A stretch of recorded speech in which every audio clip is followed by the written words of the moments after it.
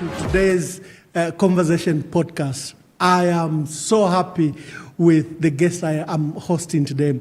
Is Martin Kalungu-Banda. He's an academic, a researcher, and a guru in leadership. Mr. Kalungu-Banda, welcome to today's podcast. Thank you very much for having me. Allow me at least once to call you ambassador, because those are titles that are earned in a normal way. Thank you for having me. You have such a great CV. First, you are a consultant in leadership. In organization development, you design and facilitate innovation and organization change processes. You are a trainer. You are a coach. You are a writer. I've reviewed some of your books, especially on leadership.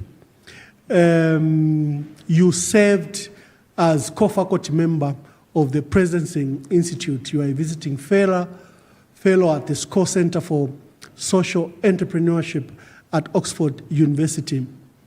The list is endless. Zambians may not know what you have achieved. Just speak to that. As you have said, I'm Zambian, born in the northern part of Zambia, to be specific, Malole region. And my parents also from the same area. My mother tilled the land. And it was only much later, because my father was a primary school head teacher, that we came to know that what actually sent us to school was not so much the teaching profession's earnings, but it was mom's... The humble work of... Yes, that's what sent us to school.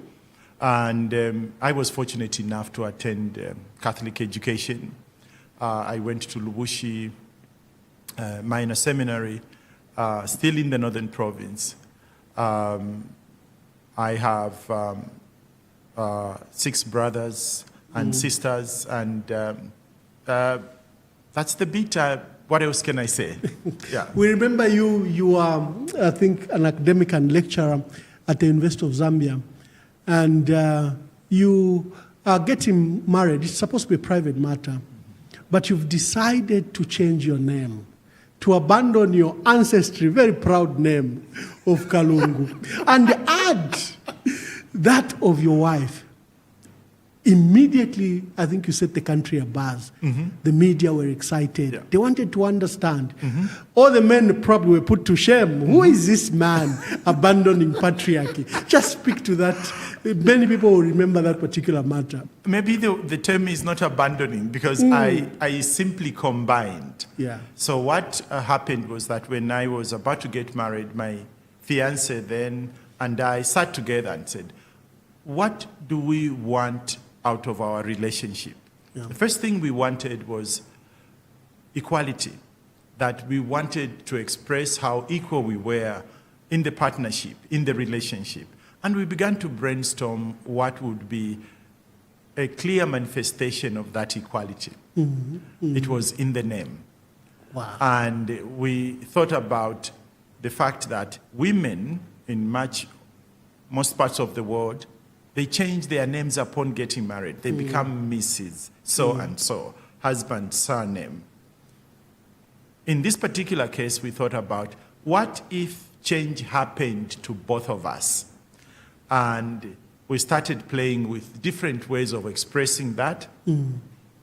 We tried Banda Kalungu and Kalungu-Banda. To our ears, Kalungu-Banda sounded like one name rather than Banda Kalungu. Okay. And that's how we both decided, upon getting married, our new surname was going to be Kalungu-Banda. But that was offending tradition. That would offend the family that expects you to carry the name, into even your generation. That must have even surprised the church. How did you handle the pressure and the concerns? In fact, I must say, my own family didn't have to struggle with that. My mother was alive then, my father was alive, my elder brothers and sisters, everybody. They just moved into the new that we had created. Yeah. There was a little bit of resistance on the part of my in-laws. Yeah. But I also understand the resistance. I interpreted that as a way of saying, thank you for welcoming us. And this sounds like a little bit more than we bargained for. Yeah. And from time to time, they would refer to me simply as Mr. Kalungu instead of calling me Mr. Kalungu-Banda.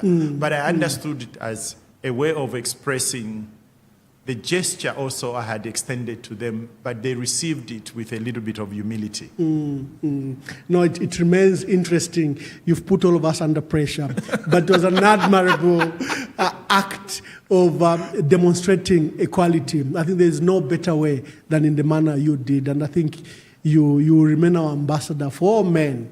Instead of just paying lip service to these principles we speak about, but you demonstrated But you them. Never know how we are living. The proof of the pudding is in the eating. Yes. So. Wonderful. 1991, the politics of our country and just the politics from Dr. Kaunda. What are your lessons? Because we see you, I think after 1991, you are more speaking to issues of philosophy, issues of principle on national media.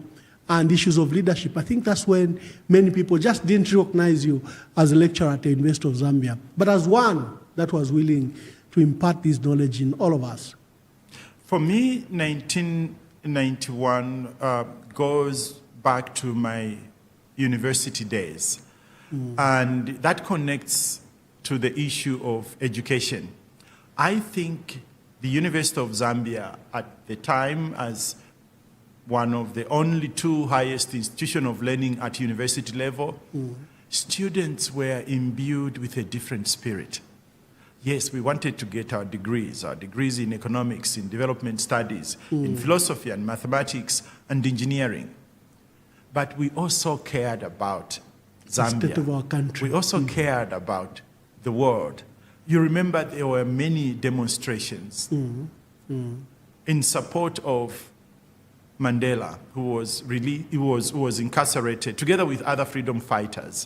During the liberation movement. It was not uncommon for students in the university to demonstrate on the streets of Lusaka in support of SWAPO, for instance, seeking the liberation of Namibia. So there was the inside looking of what Zambia should be, what we wanted to be as graduates, but we also looked at the rest of the world. And for me, and some of my colleagues that include Edward Sefuke, Mato Shimawale, and Mr. Lungu, who served in various governments, as in Muhabi Lungu. Muhabi Lungu, yes. We, together with others, it was normal for us to sit in the corners of the university and talk about how should we become more liberated as a country? How can we contribute as young people to the future of the country? And sometimes, maybe it's age, I bemoan such moments and think, have we lost the plot in our education system? Are we only training young people to focus on themselves and what they can get out of something through employment, through business? But clearly, civic and political awareness has dropped among the youths generally. I'm glad that they participated in the 2021 elections, but it's a matter we'll discuss later. But what made you so involved in these political and civic matters as students? It's because even if we had so much respect and almost adoration for Dr. Kaunda, we also began to notice that there was something more that could happen. So he was, needless to say, larger than life. And for us to begin to think, maybe it's time for Dr. Kaunda to leave room for younger leaders. Maybe it's time for Dr. Kaunda to sort of become an elder statesman who is consulted by younger leaders. So that truly imbued our spirit. But it came out in a militant way. We wanted change. And though I must confess that on several occasions, we were called to State House as the student leadership. And Dr. Kaunda would ask, what is it that you want? Meaning personal benefit yourselves? No, I wouldn't say that. He would ask, what do you want us to do as a country? Oh, I see, yes. It's not every time that we found a voice to articulate what we wanted, because we were never ready for the one-on-one with the conversations with the president. But in the mob, we have a lot of That's a voices. completely different ballgame. And you know how he could be in the room. You know how he could give you the space to try and express yourself. That needs a little bit of training to be able to be true to oneself in the presence of such power. In few moments that we could be a cluster, we would express ourselves and say, we think there must be elections, we think government must change, we think the economy could be managed better. But those were rare rather than the aura of just being in the president's presence. And then we would come back to the students and say, we spoke to him, we told him this is not acceptable. We weren't lying, but we were a little bit exaggerating what our impact could have been. But also that speaks to the hallmark and leadership of Dr. Kaunda, that despite that global stature he held, that despite just, like you said, larger than life, and what he had achieved for our country, he recognized his weaknesses and he could engage you. No. There was something about him that still remained true. Yes, when you have been in power that long, you are likely to lose sight of the small things that truly matter to your people. You are likely to be dealing with a different world that the majority of the people you are ruling are not experiencing. But you cannot deny him authenticity. Even in his mistaken stature, he still remained true. He remained true to wanting to serve. It's the how that probably eluded him. There are many things we can say about Dr. Kaunda. There are many mistakes that he made, but you can't take away from the genuineness with which he came when he said, help me. Your days at the University of Zambia, just speak briefly when you were a lecturer, and I think you are shaping new minds of people. There's been a change, I think, paradigm shift. Our politics have changed. We're an oppressive one-party state. Now there's this liberal environment, and you're a lecturer at the university. And probably the shift begins from there. Yeah. Being a lecturer, being a teacher, and I must say at any level, it's probably a much more responsible job than we tend to take it. Here is what happens. Parents or adults elect by themselves to entrust themselves to you. Help me. Open my mind up. Let me learn. In the university, at least at the time, immediately you were appointed lecturer, you had a free floor. You had a course description, but you decided what you gave in each lecture to the students. There was academic freedom. Absolutely. You chose what you took to the students. Obviously, your head of department would, from time to time, sit with you and check what you are doing. But by and large, you were regarded as the specialist. So I went there as a young graduate, having come from my postgrad, and I was teaching philosophy. Within the first year of teaching philosophy, I got tired. I got tired because I wanted something much more practical, something much more useful to not only the students I was teaching, but to the country as such. So capitalizing on some of the studies I had done when I was abroad, I decided to fashion a new course. And I designed this course called Business Ethics. I wanted students to learn about the ethical standards needed in running a business and why ethics matters in society as such.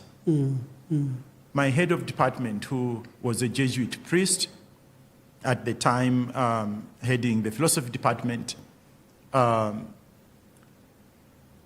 Professor Dillon Malone, looked at that and said, Martin, this is extremely ambitious. You know, you don't create a course when you are in your second year of teaching, but this sounds so good. I'm happy to present it to the Curriculum Development Committee of the Senate. And he did. The senators were a little bit surprised that a young lecturer could be so bold as to want to introduce a new program. But to be fair to them, they looked at it, studied it, and came back. My professor called me and said, Martin, I hope you can understand. They have endorsed your program, but on condition that you change it in line with their recommendation. I listened to the recommendation. I told my professor, I am grateful that you took this up, but I'm also disappointed at the same time, because these are two different courses. He said, explain to me what you mean. Yes. So I said, what they have given me as recommendations, is a history of business ethics. I wanted to teach business ethics. And there is a difference there. My professor understood and said, why don't you, for the time being, just work with what you have? But before we close this, I would like to go back to them, and just in case they call you in, can you remain in the office? He went back to this curriculum committee and presented our discussion. They just decided, call him in. I went there. Let him argue his case. And then the chair said, Martin, first of all, congratulations that as a young lecturer, you sat down, designed the course. It's brilliant. But if you proceed with the recommendations that we have made, the course could start running as soon as you are ready. And he then said, how do you feel that you have made such a contribution? And my job was to say, Professor, I thank you for this opportunity. I thank the committee for having endorsed my course. If I had any little bit of objection, it would be this, that what you have given me is a course in the history of ethics in business. Yeah. What I wanted to teach was business ethics. That they should be practiced. And here are my reasons. And at that point, the chairperson said to the committee, ladies and gentlemen, you have heard what the young man has said. May I propose that we revert to the original proposal that he had written, endorse it as it is, so that we can allow him to teach the subject that he designed. And on that score, the breakthrough happened. What had gone. Yes. So you introduced that course in that school. Yes. Is it still on? It's still running, and some of the brilliant students I had the privilege of teaching went into postgraduate studies, came back to the university. I think Dr. Mweshi is currently the one spearheading business ethics at the University of Zambia. Yeah, wonderful. No, those were big achievements. Then you disappeared from Zambia. A lot of people, I think, wanted you to go into politics. They wanted you to go into leadership. Probably they saw a president in you, because you had become also a larger than, your own figure, with your brilliant minds that you would speak to the national television and on radio and would listen to you. How come you just left Zambia? What took you away? You remember when I had done 5 years at the University of Zambia? Yes. I got a job as corporate affairs manager for BP, yes. in Zambia. And if there is anything I know about applied leadership, it was the person I went to serve at BP. Let's talk about that. Because that transition from an academic to a corporate officer, a corporate manager. Yeah, I was lucky, and many colleagues like Leonard Council or Steve Lungu, and many others, excuse me, who worked for BP at the time. It was a privilege. We had this Muswana managing director. Yeah. And he showed us what it means to lead. When he came to Zambia, it was a basket case. BP was a basket case, more or less. Within a short period of time, we were profit-making. And the style was simply this. He attended to each one of us as if we were the only thing that mattered in his life. By us, I don't just mean those of us who were in the senior management team. It also meant Diana, who was the receptionist. Wow. It also meant Mr. Samhandu, who was the senior driver. everybody. He spent time listening to them, picking their advice on what next course of action to take. Managing director. Managing director. Speaking to driver. Absolutely. Speaking to receptionist. Absolutely. And genuinely listening. And in senior management team, he would come and say, we are not doing well today. And I said, Dan, how do you know? Yeah. Because he insisted that we don't call him Mr. Moroka, we called him Dan. How do you know? He said, Diana told me. Diana was at the reception. And then how would Diana know that we are not doing well? He says, I always speak to Diana every morning. And Diana knows that when our senior managers, account managers are placing calls with her to follow up with clients, she knows that we are bad with cash flow because our managers are chasing payment. Yes. And she would know when clients are phoning in to talk to account managers that we are good in cash flow because clients liked announcing each time there was a check to be picked. Hello, could you send someone to come and get the check, please? So Diana could easily tell you what's happening in the business. But Mr. Moroka was such a leader that he expressed confidence and trust in each one of us. Ambassador, it was easier to form a team. We were a massive and powerful team. You can imagine 1 month after I left the University of Zambia, so I'm merely a teacher. He walks into my office and sitting by my desk, he said, Martin, you must remember that today I'm going on leave. And then I said, oh yes, Mr. Moroka, I do remember you did mention that you were going on leave. And then he waited for a while and said, and you know my village Sabong in Botswana? At the time he said, we don't have phone reception. I said, oh, really? Oh, okay, we'll try and make do without you. And then he noticed that I hadn't opened the emails of that morning. Wow. He said, Martin, you haven't looked at the emails today, have you? I said, no, sir. He said, please check. I opened the email, and there was a letter written to the entire business. I am on leave. Martin will be the acting managing director. Wow. I said, Mr. Moroka, I nearly jumped out of my seat. Yes, I said, I'm Mr. new. Moroka, you can't do this. I'm just a teacher. And he looked at me and said, why do you think we brought you here? You're one of the senior managers. So I alternate and I pass on to anyone who I think can superintend the field when I'm not there. And he started walking out of my office. I stood up to follow him. I said, Mr. Moroka, let's talk about this. He said, Martin, you don't expect me to withdraw that letter, do you? You had announced already that you'll be acting MD and he left. He left. And you acted as MD. And I was the acting managing director. And I blundered in a big way because I didn't know. Unfortunately, fire broke out at the depot, you know, where the other oil companies keep their fuel. And for me, I thought to be close, I needed to dash to the place where it was happening.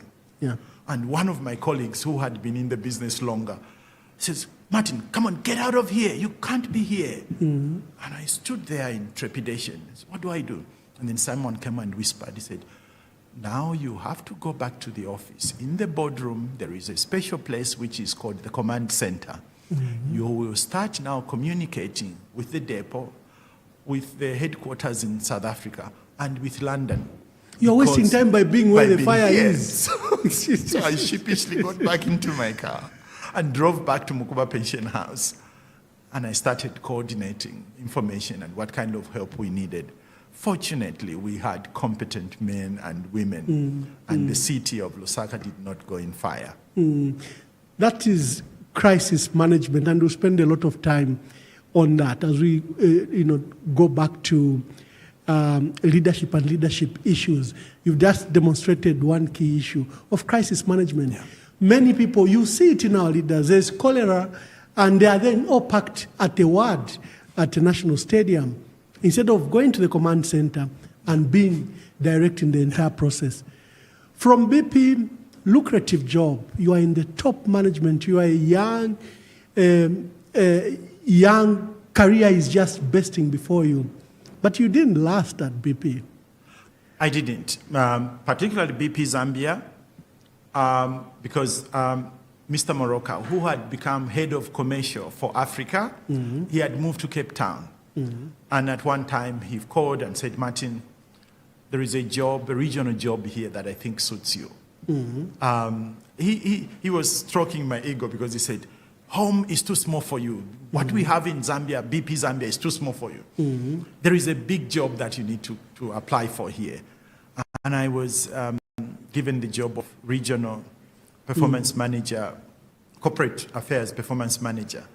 And I moved to Cape Town with my family. And this was now for BP at regional level?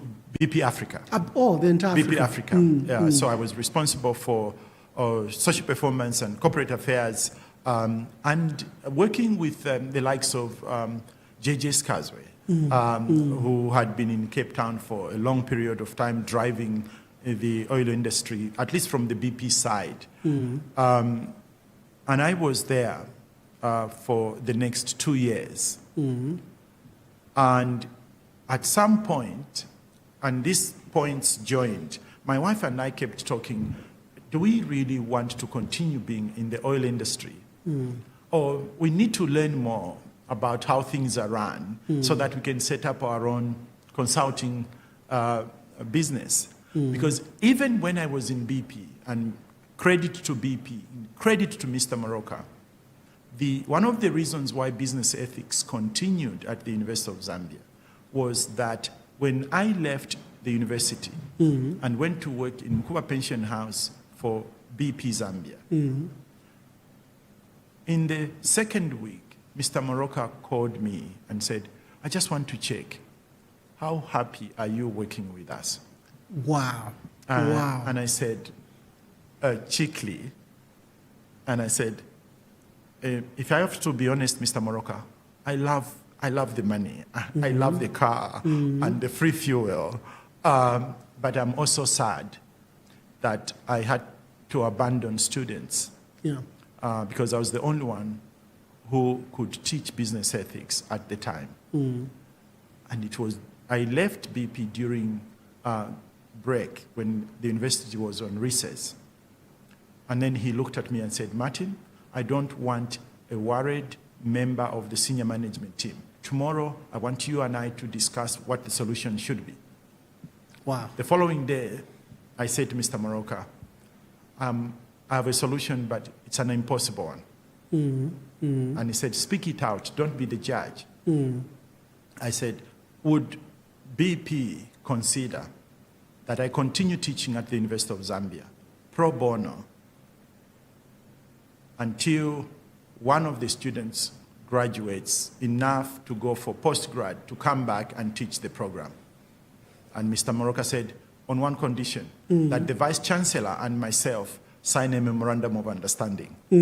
That happened, and I worked for BP as I taught for free at the University of Zambia. And that was now for how long? Oh, that lasted for 1.5 years. Until you got someone who could then pick up from you. Absolutely. Wow. Absolutely. What happened to Dan Moroka?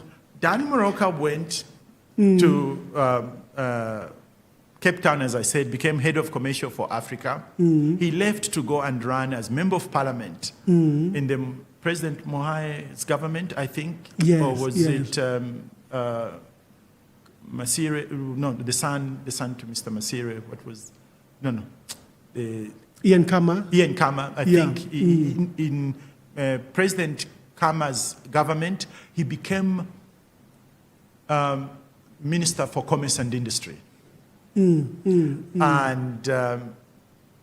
then he left Parliament. He is now head of the Botswana, the Diamond Company. He's the executive chairman of. Wow. Of I asked deliberately because the lessons we can hear from you, I think, formed also your foundation about leadership. To demystify leadership, I think, to separate bosses from leaders. Many of us want to be bosses. We think by throwing our weight, our education, our salary and influence, that makes us who the leaders are. No. The way we look down upon people, if you hear the story you've just told, I think it's a great lesson to our leaders. He was accessible. He continues to be. But the biggest surprise was this. Towards the end of last year, I was invited by Stanbic, Botswana, at their annual conference. And I flew to go and address the 200-strong team of senior leaders in Gaborone. And I was telling them a story of how someone helped me to begin to touch and understand what leadership looks like. That leadership is not about throwing one's weight. That leadership is about listening and using the genius of other people to make things that looked impossible happen. And I said, he is a Mswana. He came from here. But he was as much Zambian at heart as any one of us. And when I said his name, the entire room stood up. Wow. And they cheered. Yes. Not for me. Yes, but that they recognized that what I was saying was true, because that's what they had experienced. And during the break, you should have seen a line of people coming to tell me, do you know that is my mentor? Wow. Can you give me the number to Mr. Moroka? And without much ado, my phone rang. Mr. Moroka said, Martin, you didn't tell me you're in Botswana. I think every student that knew Mr. Moroka wanted to tell them that you were a subject in our class. They were texting him as I was speaking. Imagine if I had said horrible things. Yeah, true. And that's the purpose and impact of leadership. I think the next time Zambians see you is when President Levi Mwanawasa calls you to the presidency, and is a newly elected president. He's a troubled president. He's come by minority vote, and he looks for you. We had missed you on the scene because you went into the corporate world, you went into Cape Town, I think then you went to London, and just speak to President Levi Mwanawasa and why he picked on you and what he thought you could then help the country through his presidency. I think President Mwanawasa kept searching.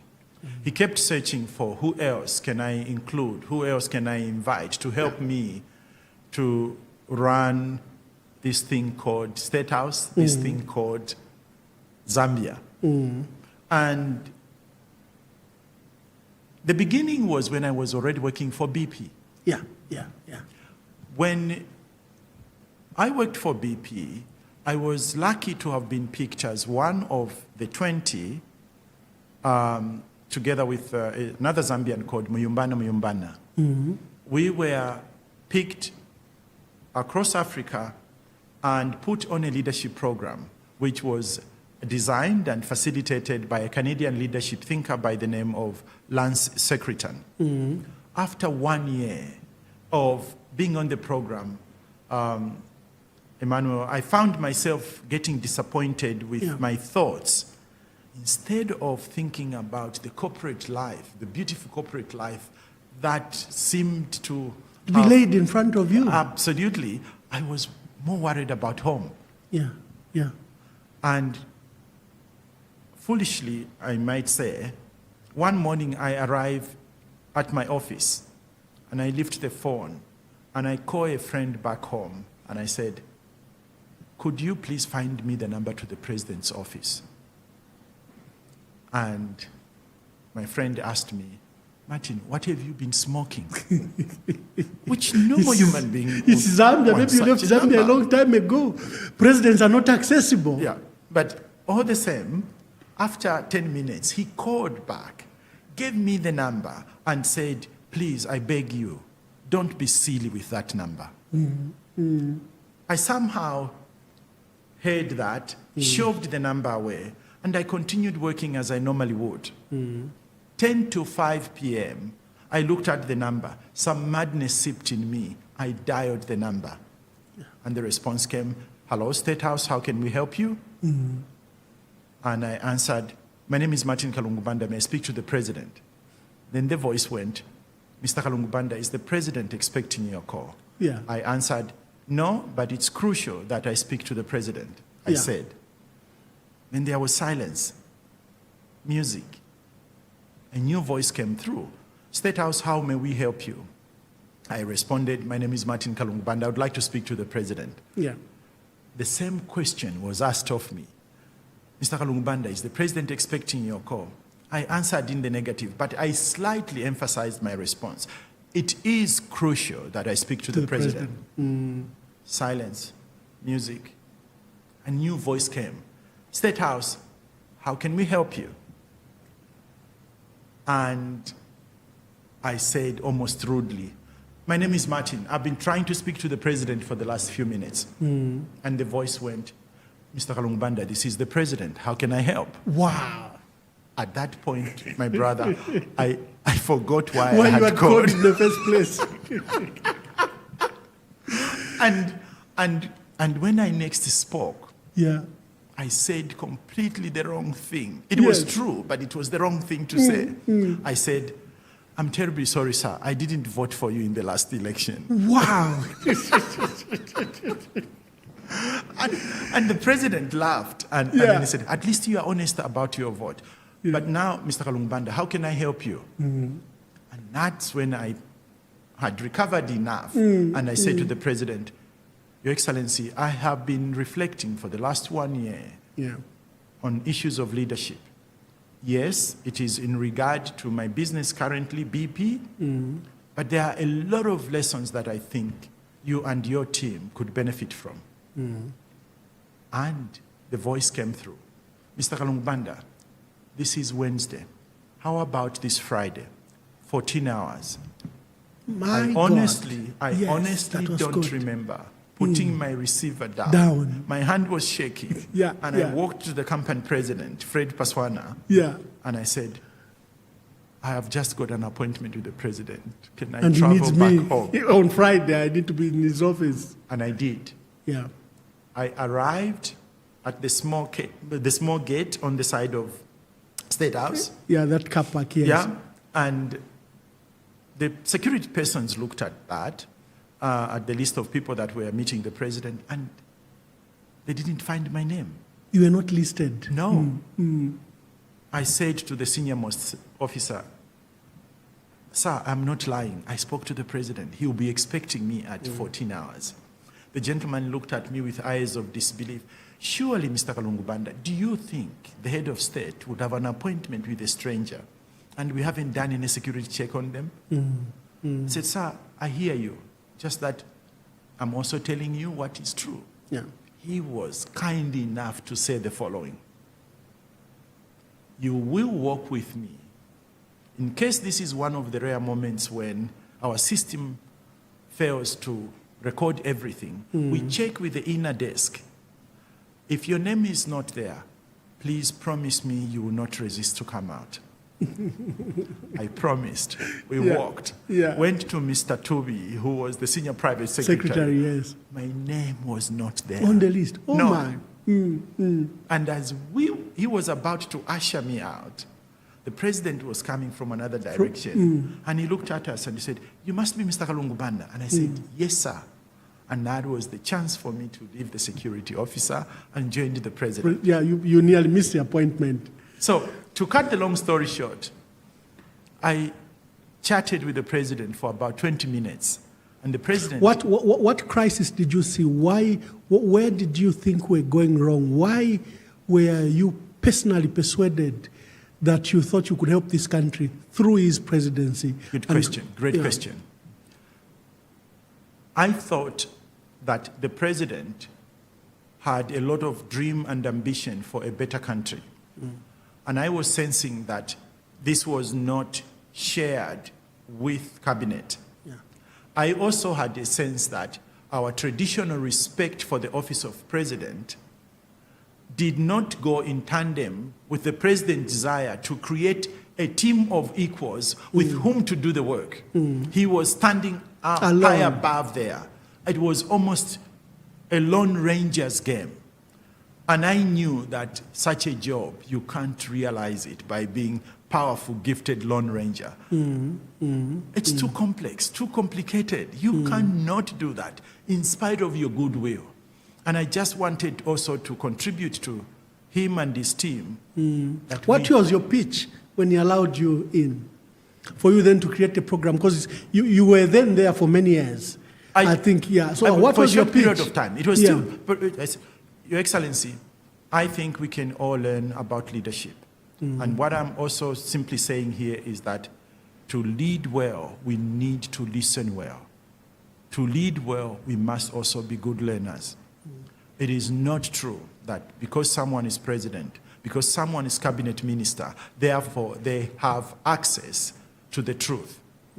It is a very privileged position, but it also requires developing the capacity to open up with other people so that you learn, you hear, and you work through others. And I think when we talk about team performance, it has to be much more than giving instructions to cabinet ministers, to permanent secretaries.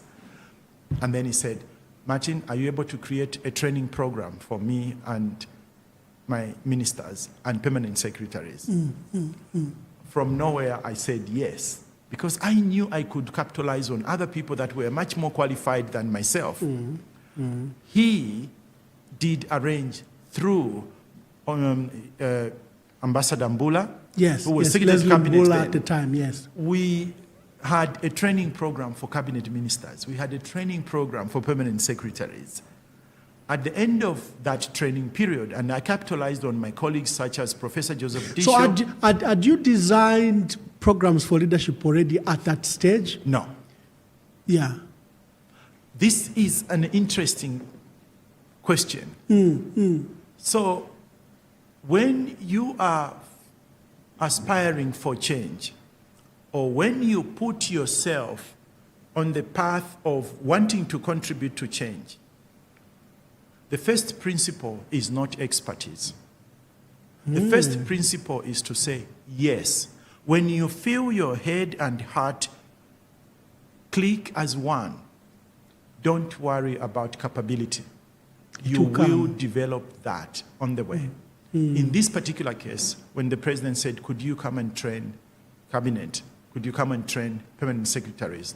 I said yes, because I knew Lance Secretary was there. I knew Joseph Disho was there. I knew a colleague, Dominic Hire, was there. And these were gurus in leadership, thought, and practice. Yes. And I did capitalize on them. And they are the ones who flew with me to Lusaka. And in the process of watching them do the work, I began to see what I could also do. And I started doing that within BP. I had changed jobs and I'd gone to Oxford. When the secretary in Oxfam, who I was, the organization I'd gone to work for, because I'd moved from oil, said, Martin, there is someone online pretending to be president. Do you want to take the call? And I took the call, and it was the president saying, Martin, you didn't tell me you had moved from Cape Town to London. To London. I would like us to talk. And that's when he invited me to come and work for him. Yeah, you moved to Oxfam. I think Oxfam was very important, especially for the development thought, especially for the work that Oxfam does in Africa. You were head of private sector policy unit and global leadership capacity at Oxfam, and then you were attached to Oxford. So President Levi Mwanawasa calls you in 2005. So are you abandoning your former work? Are you now employed by government? What is the arrangement there? The arrangement was simply this. Oxfam released me on sabbatical. Okay. Obviously, it wasn't a deserved sabbatical. In most institutions, sabbatical comes when you have 5-7 years in the job. But we know the Office of President and the organization. And Oxfam is in understood, development. So when they heard that the president had invited me, they said, Martin, we will have to do the unusual.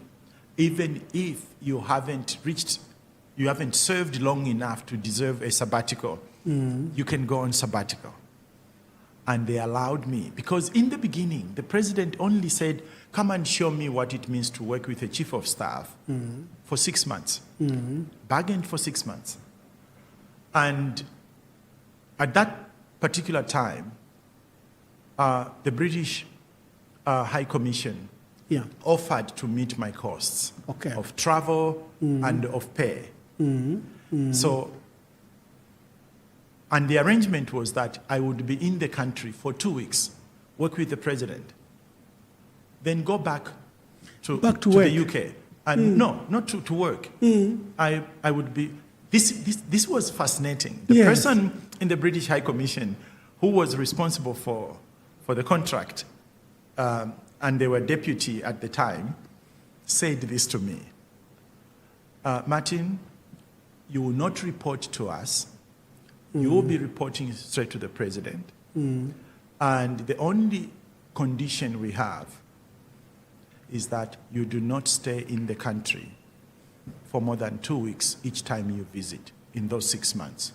And I said, how do you expect me to help then? 2 weeks, 2 weeks and then in I go 6 back. months. And then she said to me, I hope you don't mind me saying this. I don't think you are the cleverest Zambian that has ever lived. I don't think just because it's you, then magic will happen. But it's interesting. It's like you're dealing with a hopeless situation. But it's interesting that the president has invited you to go and join him. And it must be interesting to see why that is the case. But we suspect that if you are staying continuously, you'll become part of the furniture. Where your influence will be diminished. Such an office has incredible capacity to appropriate anything around itself. So maybe if he sees that you are there and not there, he will be hungry enough to hook on to some of the things you are going to be doing and saying. To change, yes. How was your stay at the office? What did you achieve? What were your challenges? How difficult was it? Because now you are dealing with an ecosystem of both qualified, non-qualified, some people that are very political. You know, you've seen the presidency, especially the bootlicking. Remember, we hold them as kings. And usually the people that are usually near the court may not be the ones that speak their minds like you. Just speak to that experience. I refer to that period of time, short as it was, just above 2 years, as the best university I ever attended. Wow. Waking up every day, going to join colleagues in supporting someone run this thing called country is an awesome privilege. But I also had people behind me who were helping me. My former boss at Oxfam had just become advisor to the Prime Minister in number 10 Downing Street in the UK. Before I came to take up the role, the appointment had been done. Yes. He said, could you come to number 10, please? And I went to number 10, and I met my former boss, Justin Forsyth. He introduced me to the Chief of Staff to the Prime Minister then, Powell, Jonathan Powell. And they talked to me. And those words never left my mind and heart. Martin, as you go to support someone who has the highest office in the land, it will often feel like you yourself have power. If you can only remember that that power is derived, it is not because of you. It is because of the office you are serving. It is not even about President Mwanawasa. It is about the Zambian presidency. You will open doors that you in your wildest dreams would never have opened by yourself. Please just remember, it's not about you. It's about life. The Lord of life has fallen on you this moment. It will fall on many other people long after you. It has fallen on many other people before you. Just remember what this is. And therefore, find a way of every morning connecting to this privilege. So when I arrived in the country, I went straight to the presidency, saw the president, and I said, Your Excellency, I want to tell you I'm in the country, but I need a week. And I said, what is it for? You must have known that you're coming for the job. I said, sir, I understand, but I need a week. I needed a week, and I went to the Missionaries of Africa Fathers just by the woodlands. Yeah. And I asked one of the priests there if they could give me a 1-week retreat in silence, so that I could just take in what this responsibility was. Yeah, it was big. And after that 1 week of being in silence, I went to the president and I said, now I'm ready to be sworn in. And I have one little more request. Is there a possibility that you could swear me in private? I do not want the media. I am here to try and support you, work for you, work with my colleagues. He looked at me and said, Martin, I need to check the Constitution. I'm not so sure. If I can swear you in private. Yes, yes. And it was very legalistic. He was, you could be sure about that. Yeah. He went to Darlington, who was a legal advisor, asked the Secretary to Cabinet. They came back and said, Martin's request can be met because the definition of public means, apart from the president and himself, I think 2 or 3 other persons, which would include Secretary to Cabinet. That's a public. Yeah, that's public. And that's why you probably will never see in any newspaper the moment of I being sworn in. Now, Martin, just pause there. People relish that moment. People relish a presidential appointment and an appointment that you're going to get such a senior position. And you decided it should be private? Yes, because in that 1 week of silence, I became very clear that this wasn't about me. This is about Zambia. It is about I finding, even if it meant to be a quiet way of contributing to the president being a successful leader of our country, so be it. That was my resolve. Later on, I harvested the benefits of having worked for a head of state. I didn't have to be in the limelight at the time. Admirable. I'm truly surprised by that, and I think it reminds us, all of us, about service, that these positions are for purposes of service, not necessarily for us to use and abuse these positions. Probably we love the limelight to show everyone that we are holding this position, and you just did something contrary. It becomes a distraction. Actually, there are times when limelight is a distraction to the job that you must ought to do.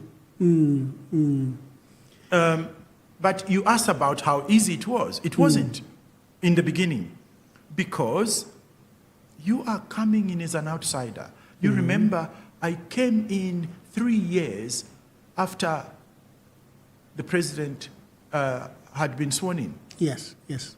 So he had a team around him. And I do remember some of the very, very senior people. When I went now one by one to their offices to try and introduce myself and what the president wanted me to do. And I do remember... For the record, were you chief of staff? What was your position? So, the chief of staff position was supposed to be something that was more decided by cabinet office. Yeah. So in order to get around that, the Secretary to Cabinet advised the president, you could create a position, you could have same job description, but the position was called... they didn't need to call it chief of staff. Oh, no, I see. No, they I didn't. see. They didn't. In fact, in this particular case, they didn't call it chief of staff. It was. But the job description was that the of chief job of description was the same. Yeah. Special yeah. consultant to the president, which also allowed me then to be paid outside government. Okay. So there were a lot of other complications that came in, but the advice to the president from Secretary to Cabinet was, you could create a position which has the same arrangements as the one you want, and then you call it differently. And that's how I was called, again, I keep forgetting the term. Special consultant to the Special president. consultant to the president. So there were colleagues who had been there. They were senior. You were telling us a story when you now went to each office to introduce I went to each yourself. office to introduce myself and why the president wanted me to be there and how we can coordinate our work and make the presidency tick. Some were extremely welcoming. I do remember Dr. Moses Banda, who was the economics advisor. Hey, Martin, welcome. It's wonderful. What can I do to help you? Yes. Jack Kalala. Hey, young man, how can I help? What is it that the president has brought you for here? Yes. Obviously, Darlington was all open-hearted because we had been together in the university. And then there was a lady whose name I shall not mention. Yeah. She had been member of Central Committee in the UNIP government, and she was absolutely senior in every way. Yeah. But she was serving as one of the advisors to President Mwanawasa. And when I went there, it was a brick wall. I arrived and I said, so kindly tell me about your work. And then she said, you are the clever one he brought here. So tell me what you want me to do. And I said, no, that can't be. I wasn't brought in because I'm clever. I was brought in because I can work with the rest of the team to make a little contribution. If you don't want to speak, then this meeting will be in silence. Wow. And we didn't speak. I went the second time. I went the third time. Brick wall. Brick wall. And I said, because I didn't want to speak against her back, and then I said, I am now going to mention to the president that we are not making headway. And she scared me when she said, you go and tell him and see what you get. You can imagine when a colleague tells you that. Yeah. And I asked one of the colleagues, I asked Darlington, I said, what does this mean? I said, the president respects our opinion. Yeah. So deal with it. Yeah. And I said, still, I need to do this. She's part of the team. And I had told. So I went and I spoke to the president. Typical style. I said, okay, Martin, just hold on. He lifts the phone and he calls the lady. And then he said, I brought in Martin to help. I would like you to help her. But I can also understand if you think this cannot be done because he's new and you have been with me in the campaign, but I would rather you leave and Martin stays. Wow. That was good. He was that clear on a number of issues. By the time I was leaving, we were best of friends. That brings me to the question, like you stated, the influences and mentorship you've gotten from many people, including Dan at BP. President Levi Mwanawasa is such a marked individual in the history of our country. How did you find his leadership? How did he impact you personally?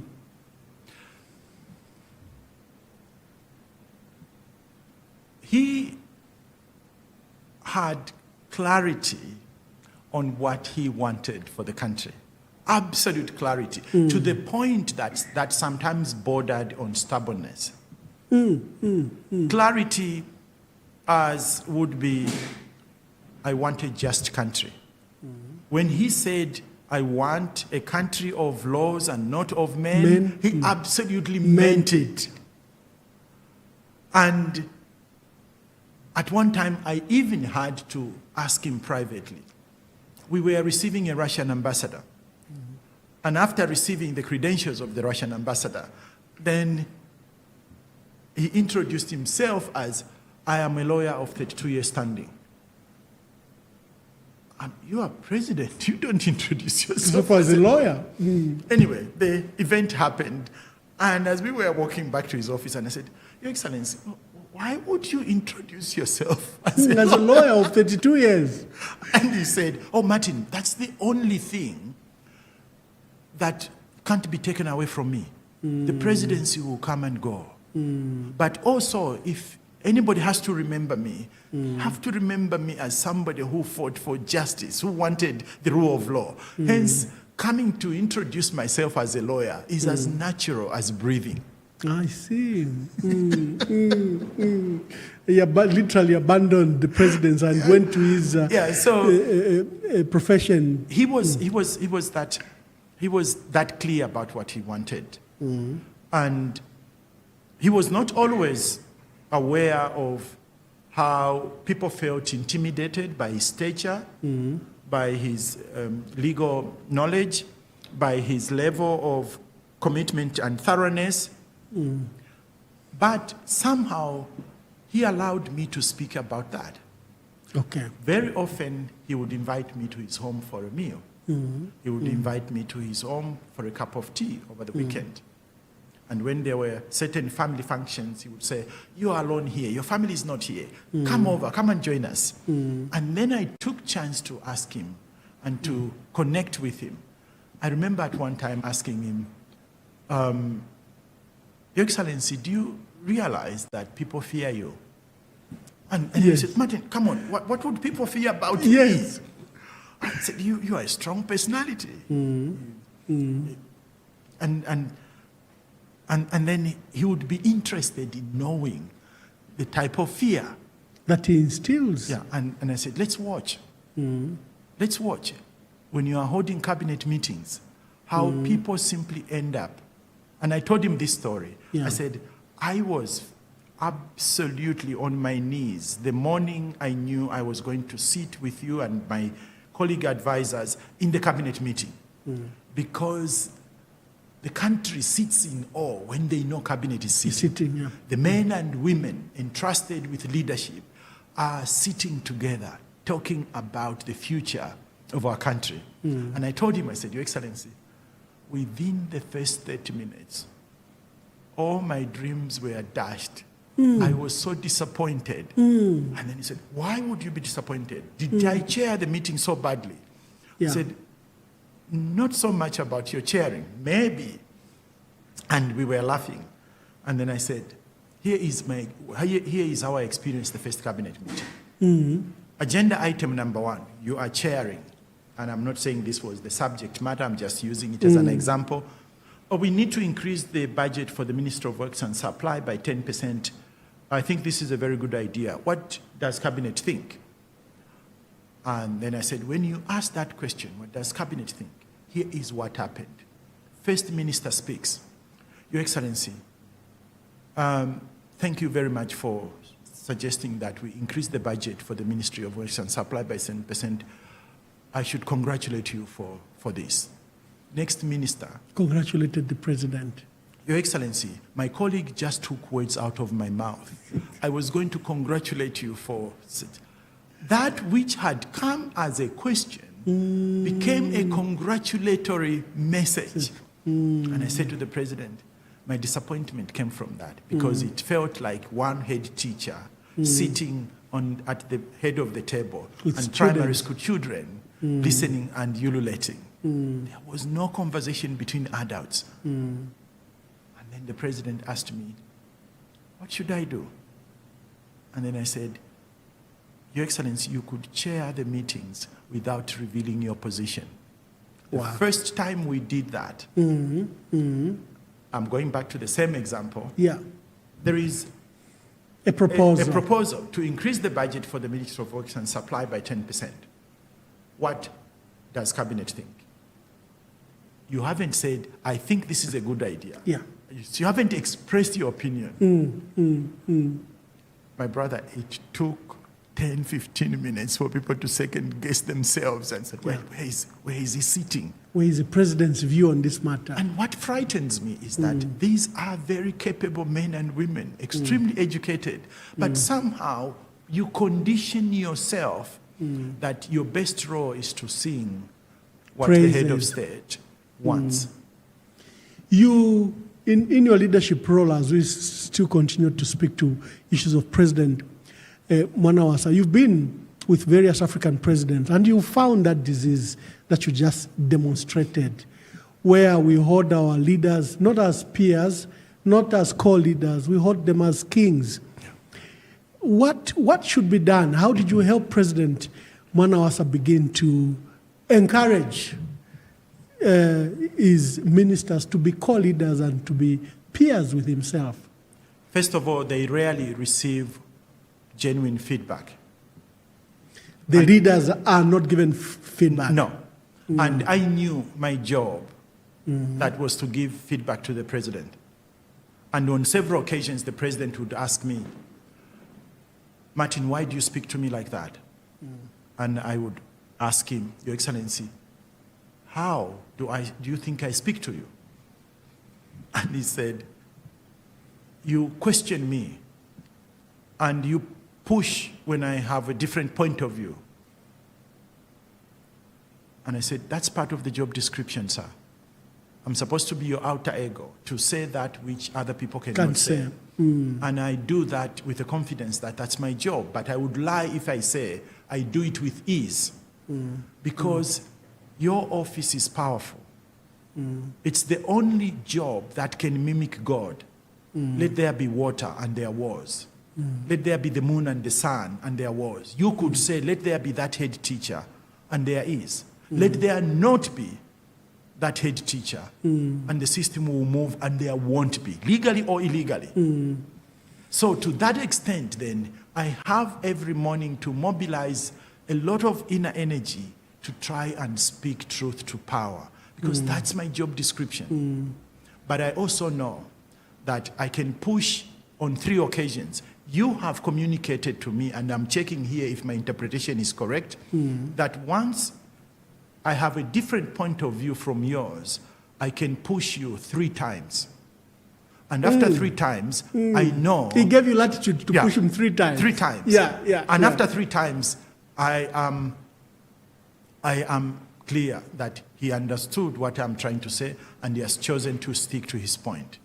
And that he came out, for us who were watching from outside, as an obstinate, stubborn leader, and clearly not a political leader, because some of the utterances, politicians should speak correctly, they should be politically correct. He spoke as he felt, and sometimes to the detriment of his political fortune. How did you attempt to tamper that?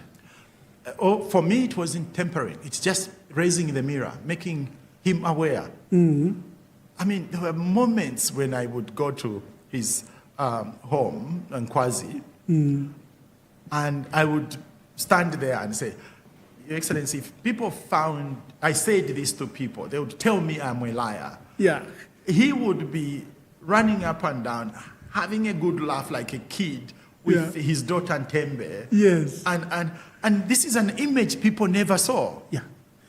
And at the same time, he had a very special relationship with Honorable Manjata, who I think he dismissed from government. And they're literally polar opposite. Manjata is a grassroots man.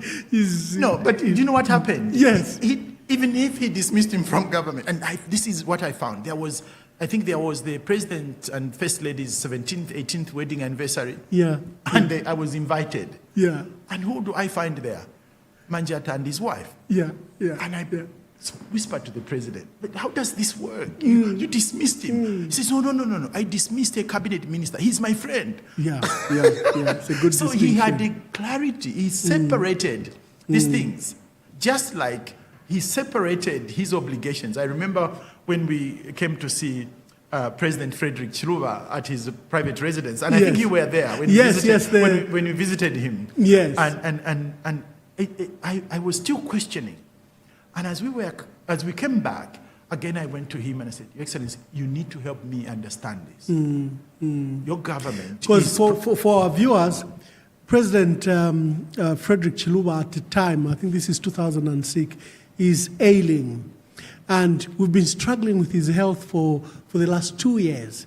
And you know, there was a hostile relationship between President Frederick Chiluba and President Mwanawasa. So that day you came, there was a gentleman, Honorable Dalton Sokontwe, was Chembe MP. We went to see Kalungu-Banda. Yeah.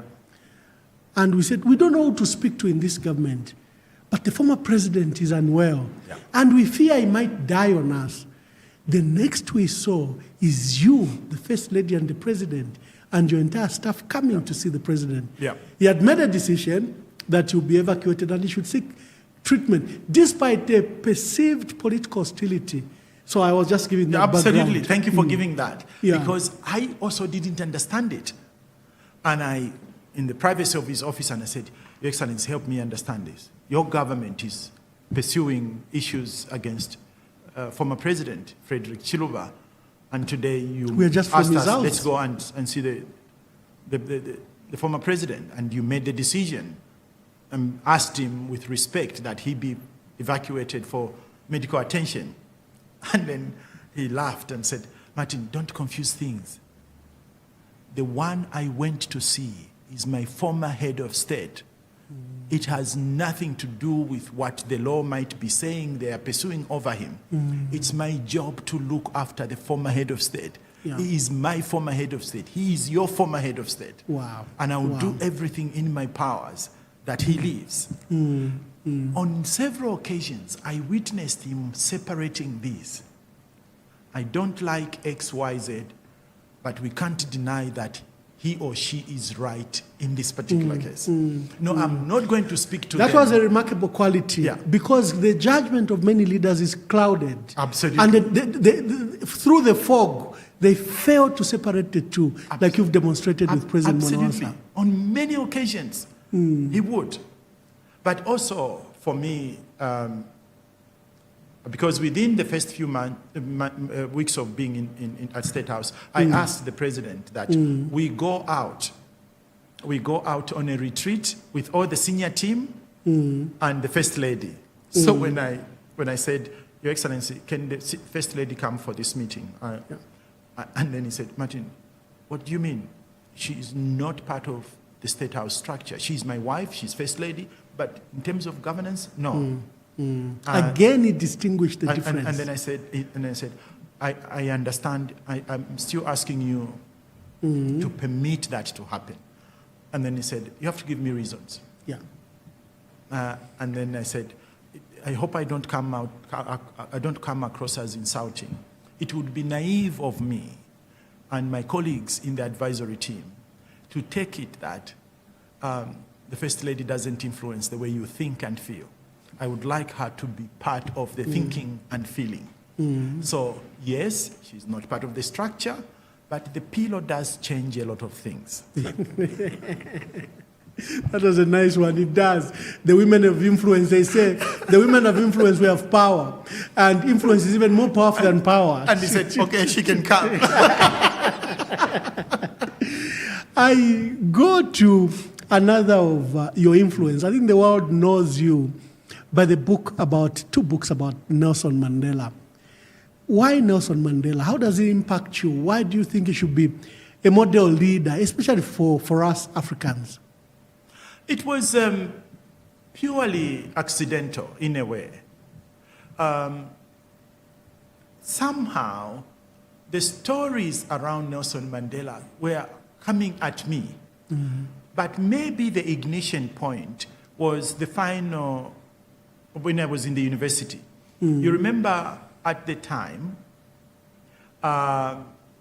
when he was released from prison, the first group he wanted to meet upon arriving in the country Lusaka were students. And he came to the University of Zambia. And when we were told that the president wanted to meet the student leadership, and we went there and shook hands with him. Wow. So you had that privilege. absolutely. It was one privileged moment. So maybe it was, the interest was ignited then. Then I started finding stories here and there, here and there. And when I went to work in Cape Town, I stooped myself in research, learning around, meeting people who had an experience of Nelson Mandela. And one story that now makes it come together was when I'm working in the BP office. Yeah. And this story is also in the book. And Peter, one of our colleagues, comes dressed as immaculately as he could. I said, guys, do you know what's happening today? I am having breakfast with President Nelson Mandela. Mandela. Because we are supposed to brief him over the project he had asked us to do in the Eastern Cape. And we said to Peter, we will not leave off the office until you come back. At least we need to have the breakfast through your word. and Peter smiled and went. After 3-4 hours, he came back. But Peter did not speak to us. He just dumped his bag, picked another bag, and left for the day. And you've been waiting for him for the whole Peter, day. you can't be that mean. We need to hear, how was it to have breakfast with Mr. Mandela? He didn't speak to us. The following day, we were on him. Come on, you have to share. And then he said, it was a profoundly embarrassing and yet transformational moment. What happened? They arrived, the gates opened, they found the former president waiting for them, for him by the veranda, and driver, Dumi, walked with Peter to greet the former head of state. Wow. Typical corporate style, the driver retreats to the car. Because the president said, oh, let's go in for breakfast. Yeah. The driver retreats to the car. And as they were sitting, the president asks Peter, and where is your colleague? And Peter says, no, sir, I came alone. He said, no. I greeted 2 people outside. Yes. And Peter said, oh, no, that That's one is my the driver. driver. Mr. Mandela silently stood up, went out, found Dumi kneeling on the steering wheel, knocked on the door, on the window, opened the door, and the president said, please, come and join us. Invited him for breakfast. Went, had breakfast. He briefed him over the project. They left, and as soon as the gates to Mr. Mandela's home closed, Dumi couldn't hold it. He steers the car on the extreme left side to get off the road, comes out of the car, goes to Peter's side, kneels down and says, thank him. Thank you for asking the former president to invite me for breakfast. And Peter said, oh, don't mention it. It was the least I could. And Peter said, I couldn't stand myself. Yeah. Mr. Mandela, with all his stature, he saw a human being. While he kept on beyond seeing the role of driver. Mm. And he said, but I didn't even have the decency of admitting that it wasn't me who had requested the former president. So those stories of how we can transcend roles, position, and put ourselves on the same footing as other human beings, knowing very well that what we know is simply an iota of what other people know. And the humility to because it's stories like that that would never make human. it. People would not know. Like you were saying about Levi Mwanawasa playing with his daughter. People would never see that image. Absolutely. And the story of Nelson Mandela and that driver, profound. What's the lesson there? Because humility escapes leaders. The power gets to them. The chip on their shoulders, the influence of their offices is what you just see. Arrogance, bullying, power. You have to remind yourself, it is power, I would say, is the biggest, one of the biggest and the fastest working drugs under the sun. We become addicted in no time. Repeat that. Repeat that. Power. Yeah. Alongside other drugs is one of the most fast addicting drugs you can have within a short period of time. You don't even realize it. One of the things that Justin at number 10 told me, Martin, if you can, try and not go through the VIP at the airport. Queue, go through security, pick your own bags, and get on the plane. Wow. And if you can, try and just remember to drive yourself without instructing someone to take you here and there. And I do recall one moment when the then Vice President, Lupando Mwape, yes, called me to his office and he said, my brother, he was very polite to many people. My brother, you need to find out for me. Apart from the time when I come for cabinet meetings, I haven't had a chat with the president. Is there anything wrong I've done? Yeah. And I said, oh, that's surprising. You are his vice president. I will check. I went to the president and asked him, I was with the vice president. It's over a month since you last met. And then the president said, oh, he does come for cabinet meetings. And I said, no. We are not talking about that. This is a man who is acting president when you are not here. He cannot be subjected to only cabinet meetings. And I said, so, but I have nothing to say to him at the moment. I said, yes, even if you have nothing to say, there must be a scheduled weekly moment when the two of you talk. Even if it means to say, I have nothing to say to you, you have nothing to say to me. Thank you very much. We will respect that. And then he said, okay. I said, that has to be religious. Typical style of Mwanawasa, when he was made aware of something, he implemented religiously. He didn't just ask that be made the case and that there should be phones that only indicate for that. He also lifted the phone and offered an apology to the vice president. Wow. So when I went to see the vice president next, he was treating me as if I have influence over the president. So you have to remember, no, it's not Martin's influence. I was doing my job, doing the right thing, connecting two leaders so that they can become more effective. But if you lose sight, I start thinking of myself as powerful. And you slip down the path of not seeing, blinding. You need to be aware of moments like that. So from time to time, a leader is supposed to find places where they become ordinary. I have a story to share of how power gets to you, to us. Yes. As ambassador, for the last 8 years, I'm connecting to what you are saying, where you advised, pick your own bag, join the queue. So I'm back as an ambassador. We're in opposition. I got to, I think that was arcades. I'm looking for a book, I'm an avid reader. I buy a book, I come to my car, and I am standing at the passenger side, at the back. I'm alone. I'm waiting for someone to open the door for me.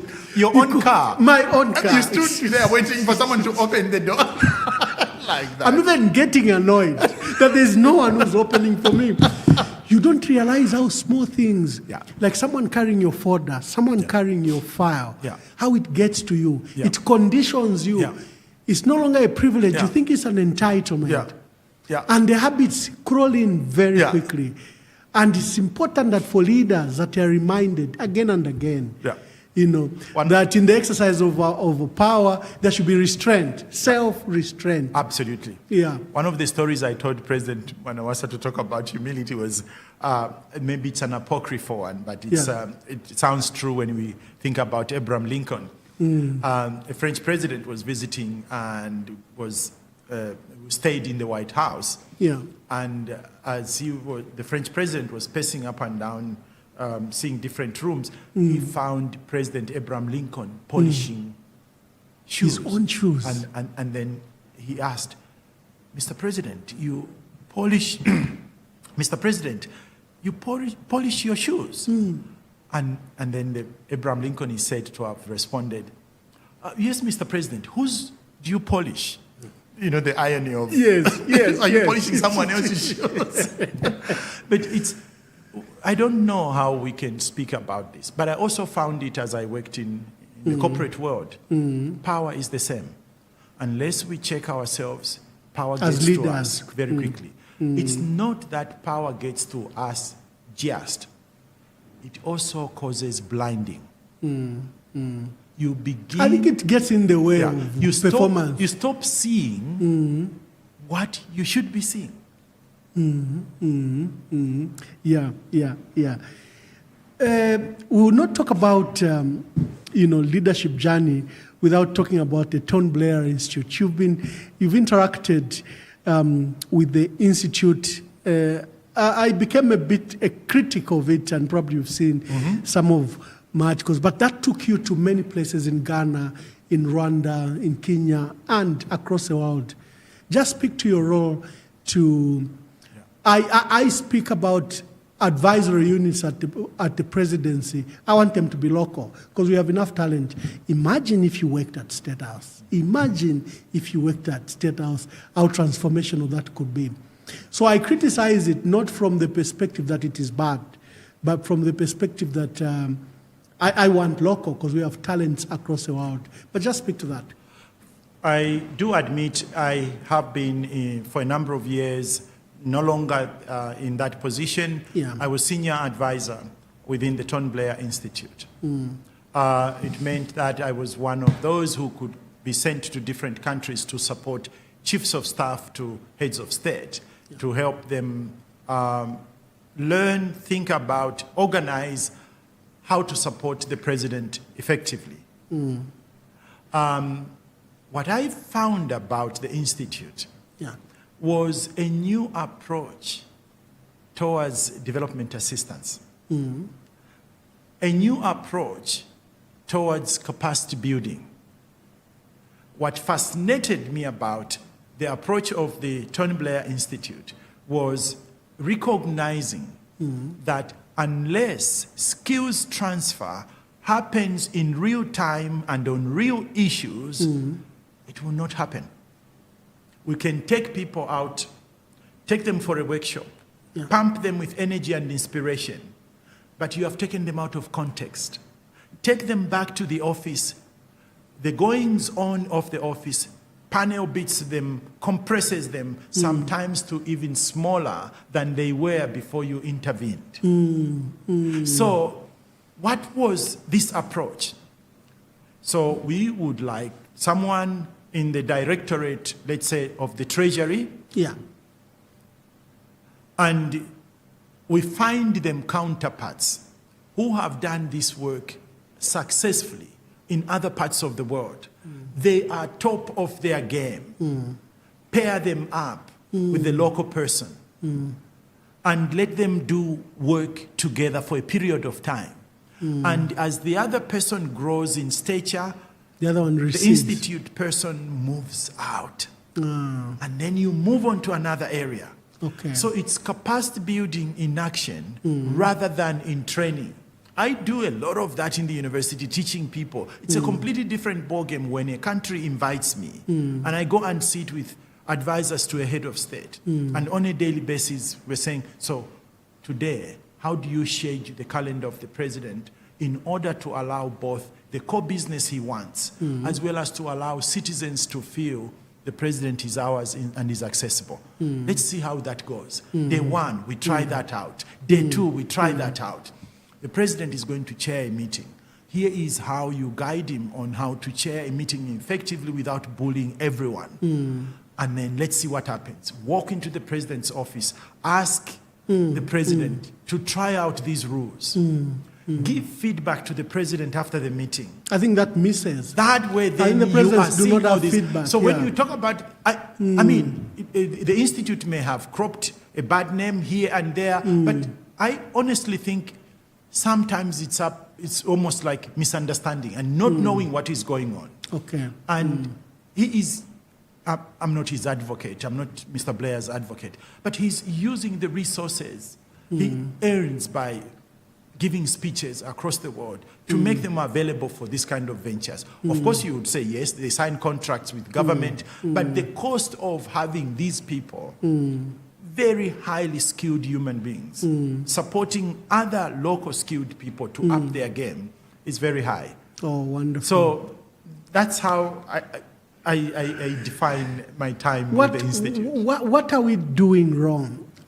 Look, when we began as a country, our journey as an independent state, we're far richer than South Korea, than Singapore, even than China to some extent.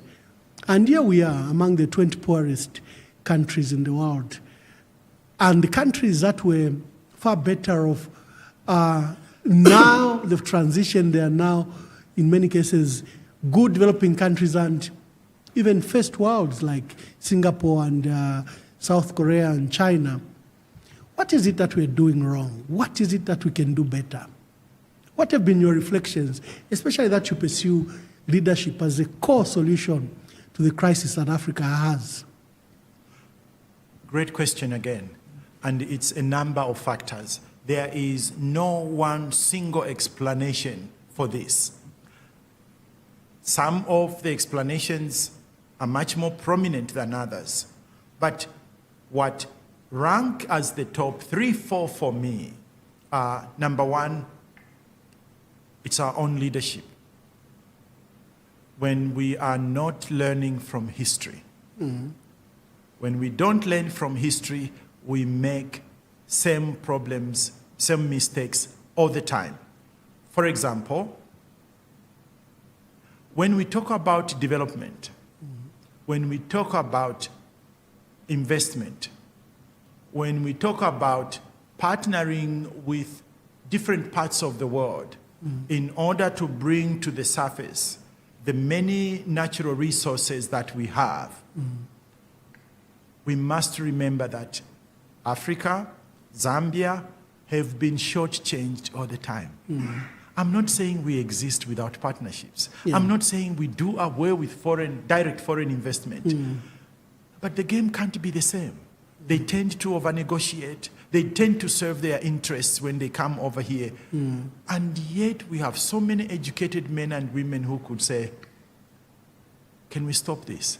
And there is a way now in which we can count the gains and losses on either side, making us feel inferior because we have raw materials, will only perpetuate what we have been all along. Resource-rich countries who cannot share the benefits with all their generations and their national citizens.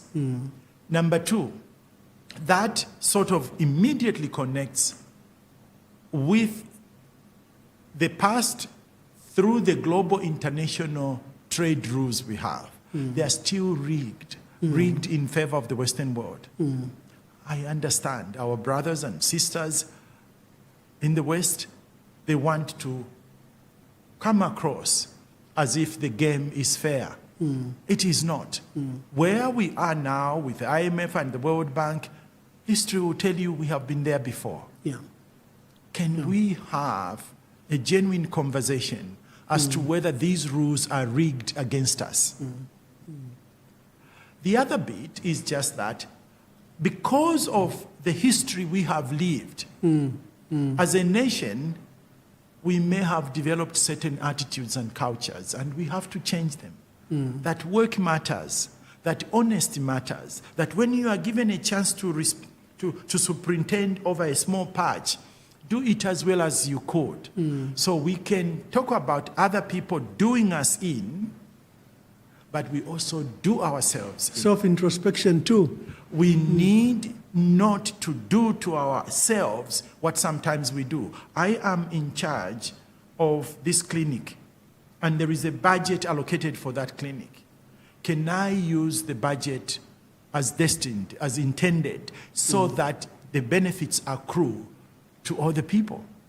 So there is some part we play, but leadership matters in all this. It's our leaders who will know that they should bring in the best men and women to negotiate with international investors. Yeah, yeah. And when you are negotiating, it's not so much about what you gain. It's about what Zambia and future generations of Zambia gain out of this. Yeah, yeah. And you can only do that meaningfully if you are ultra transparent. These negotiations can no longer be under the table. You have to reveal. And when these international investors know that in Zambia everything is in the open, they will not over-negotiate. But we permit them because most of it is under secrecy. Yeah, yeah. If in Africa we have to shift, Openness and transparency is yes. one of our levers. But we have to be willing to lay things in the open. Our The citizens business will back ethics us. you began to teach. Absolutely. The business ethics. They joke that, corruption maybe in Malawi is done under the table. Corruption maybe in Uganda is done over the table. Now we've become so corrupt that we still together with the table. we are laughing, but it's a serious matter. And corruption is, and we are not over-blaming ourselves as Africa, as a country, Zambia. It's all over, as we saw in the Western world, many cases of corruption. But there is a point at which it affects many other things we don't think it will affect. When you push corruption in such a way that everybody starts thinking an honest job doesn't give you good income, good earning, you are also weakening the labor force. You are also weakening integrity as a tool you can use in order to relate to one another. I must be able to say, I left my bag there 2 hours ago, and I go back and I find it. But when a culture emerges in a country where you can't trust the next person sitting next to you because you think they are trying to crook you of something, then we revert to what is referred to as rule of the jungle. Each one for himself or herself and God for us all. Yeah, that can't be the future we are aiming at. What is Martin Kalungu-Banda now doing? You are associated with various universities, including Oxford. You have been running your own institute. Just tell our viewers where you are now and what you're currently doing. So I am currently serving as senior faculty for the Presencing Institute, which focuses on new approaches to leadership development. And how can we facilitate system change? And we are developing tools and methodologies of how to do that beyond simply teaching theory. With colleagues across the world, the Institute prototypes how change can be delivered.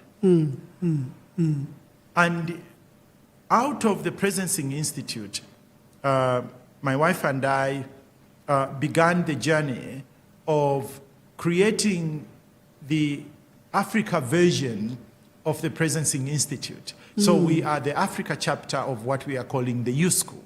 The local name is Ubuntu Lab Institute, in which we are trying to share with colleagues, universities, colleges, leaders in business and government, how do you facilitate system change? My other affiliation are that I am visiting fellow at the Saïd Business School. I teach on the MBA program, and I'm privileged to also be an advisor for the Africa Oxford program, which is supported by MasterCard. So all African students in Oxford come together and we give them space to learn. And one of the programs I run is a leadership program for MBA. Oh, wonderful. MBA students. Wonderful. No, I thought people would know where you are at the moment. Yeah. What are the prospects for our country as we close? What are our prospects? We have no choice but to think the prospects are high. Doesn't mean we ignore the challenges we have. We should be the last ones to fall when we talk about our country. Yeah. For me, at the moment, we turned a big chapter. And I know, my brother, you served in the PF government. Yeah. I think as a country, the Patriotic Front had led us in a particular way. And for me, that was frightening. The elements of not attending to the needs of society and allowing almost what was lawlessness with the party membership, that scared me. We got a chance when government changed. But that is not sufficient. Because what scares me now about the country is the smaller version of what we are seeing in the United States and elsewhere. Polarization. Them and us. Them and us, if there is the ruling party and those that are not ruling party, can we try and find ways of rising above that? That most of the time, we are coming across as Zambians.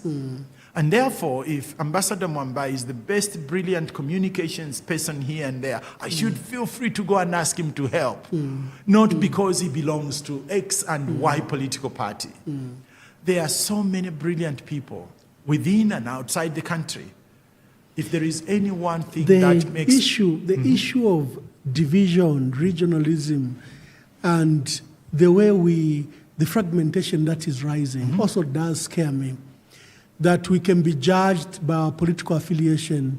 It's like we've subordinated being Zambian, that other association must rank first, which should be a tragedy.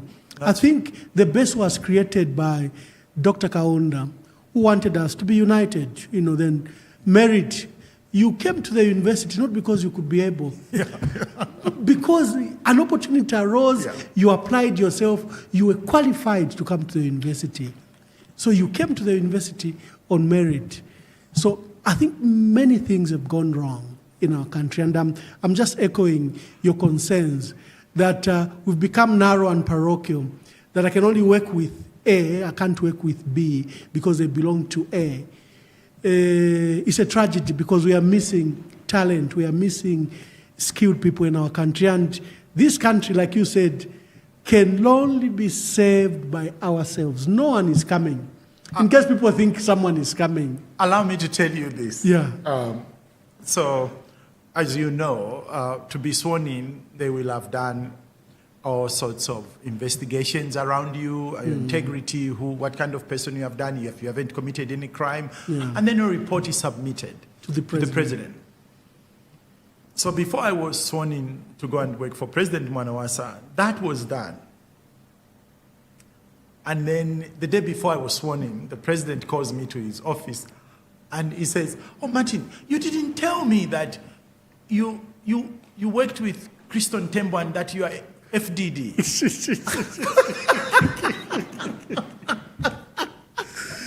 It had come up in the report. In the report. And I said, "Yes, Your Excellency, you didn't ask me. I would have told you. Yes, I did support Christon Tembo. And for a period of time before I left the country, I was FDD. And then he said, "Oh, what does it matter? You are Zambian. So we are swearing you in tomorrow." If we can see one another in that way, Zambia is bigger than each one of us, any one of us. And if we can just see that the talent pool we have for taking Zambia to where we dream hard to be, we need everyone of the 19 plus million people. There aren't sufficient people in any one grouping to take Zambia to her dreams.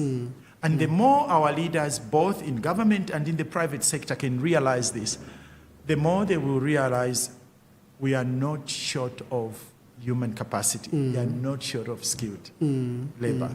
But if we don't pay attention, we can easily dismember ourselves as a country.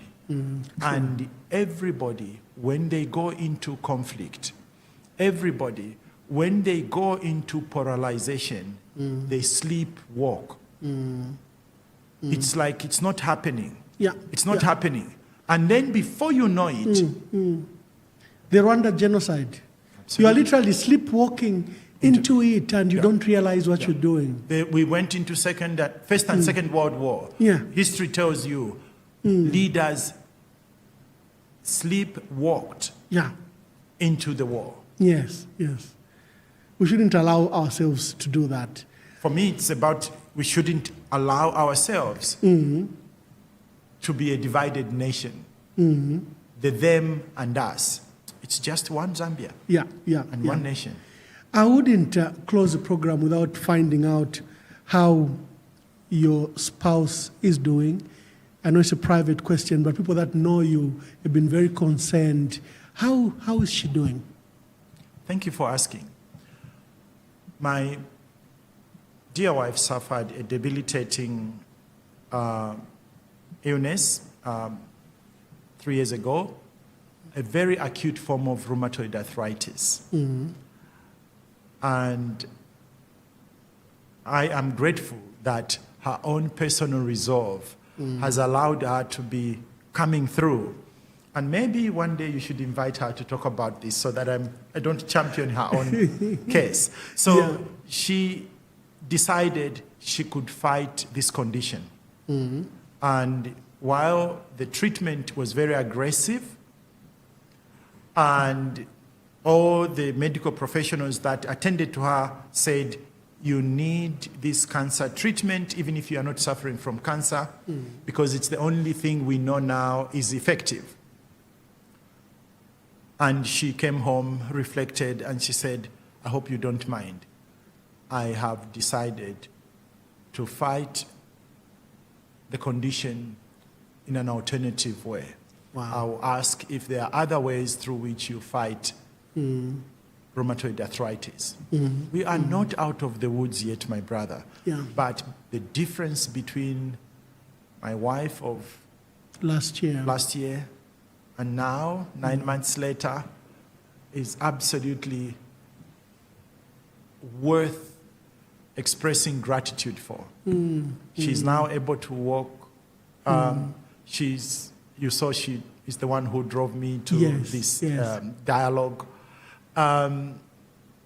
She is trying to offer a different way through what she eats, through exercise, through what she drinks.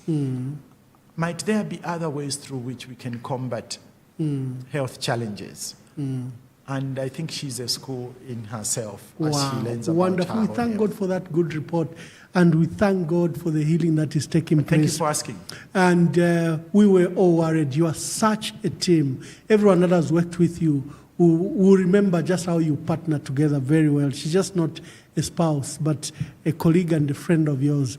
Thank you. So God bless her and God bless you as a couple. And to our dear viewers, we had insights into the life of Martin Kalungu-Banda. I think in him we've learned the lessons of leadership and what I think should be done to our country. Martin, thank you very much for sparing this time through your busy schedule. You came and sat with us, and I think many will learn lessons from this podcast conversation. Thank you very much for the opportunity, and also I need to thank you for facilitating such dialogue. Where there is no dialogue, people resort to other means of achieving things. So you are opening up an avenue in which people express their thoughts and feelings and thinking. Thank you for doing this. Thank you, thank you. We're hosting Martin Kalungu-Banda at the Conversation Podcast. Good day until we have another guest. God bless you and shalom, shalom.